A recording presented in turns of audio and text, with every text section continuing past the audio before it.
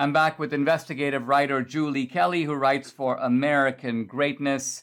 We're talking about January 6th. We've just talked about Ashley Babbitt. Now, there is one case, Julie, in which a federal judge, and I don't want to overpraise this guy because he's actually responsible for the defendant being in jail in the first place, but this is District Court Judge Royce Lamberth.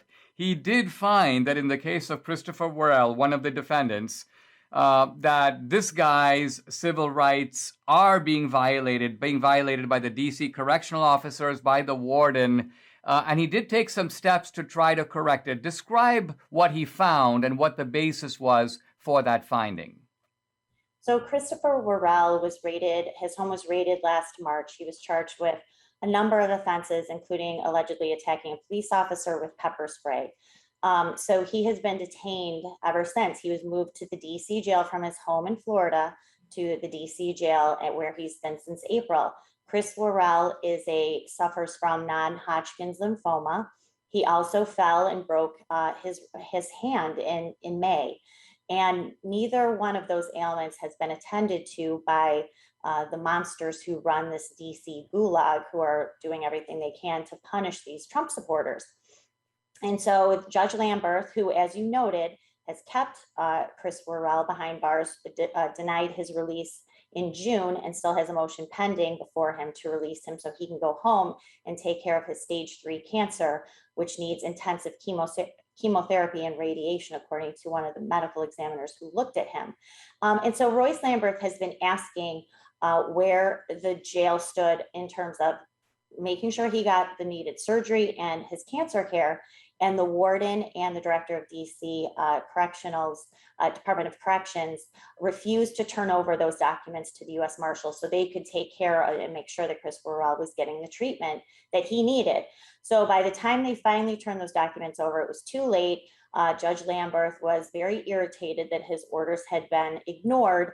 He found both of the warden and the director of DC DOC in contempt of court, and then referred the matter to the Civil Rights Division of the Justice Department, claiming that not just Chris Worrell's civil rights were being violated, but potentially everyone inside that DC jail that now has about 40 January 6th defendants, and wants them to investigate what's happening there. Will they? I doubt it. But at least it was, a little glimmer of hope for the men who have been languishing in that jail for months. I do see from NBC a report that either yesterday or the day before, a group of U.S. Marshals did go to the jail. I guess following up from Judge Lamberth's ruling, they interviewed January 6 inmates. I don't know what their conclusions are or whether any actions were taken, but they do say that they're following court orders. Now, surely Judge Lamberth knows that if he turns this over to the Justice Department, this, of course, is the Biden Justice Department, the very people prosecuting these guys. I mean, what is the probability that they're going to go, oops, we've got to really go after these offending wardens and so on? Why didn't the judge do the more obvious thing, which is, listen, I'm gonna let you get released now so you can get this kind of treatment? Wouldn't that have been a more appropriate kind of condign way of dealing with the situation instead of turning it over to a bureaucracy that can't be trusted in the first place? Absolutely. He should have immediately released Chris Worrell. He has a motion pending before his court, another one by his lawyer asking for him to be released so he can go home to Florida, get the proper care that he needs. Royce Lamberth did not do that. Royce Lamberth was not really mad on behalf of the J6 detainees. He was mad because they weren't abiding by his order. Now, as this progresses, of course, Judge Lamberth has a few cases before him from the same Justice Department. I'm not so sure that he is just going to be satisfied with some basic report from the U.S. Marshals Service or even DOJ that says, oh, he went in there, I heard this. They mopped up the floor, they cleaned some of the sheets, they made it look better because it's filthy in there. I'm not so sure he'll be convinced or appeased by any of that. So we'll see what happens in the next hearing in this particular case. But what is great, Dinesh, is that this gives a solid basis for a lot of these men to turn around and sue the government for what they've done to them by using Judge Lamberth's words that they were being treated differently because they are January 6th defendants, which is, of course, factually true. You mentioned, Julie, that these guys have had a hard time not just with Obama appointees, but they've had a hard time with Bush appointees. They've had a hard time with Reagan appointees, even with Trump appointees.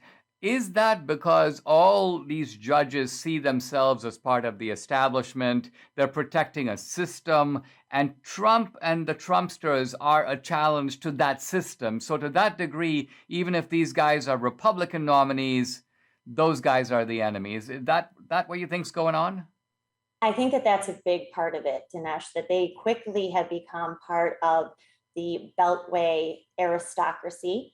Someone like Judge Trevor McFadden, who infuriates me almost every single hearing. He is a Trump appointee.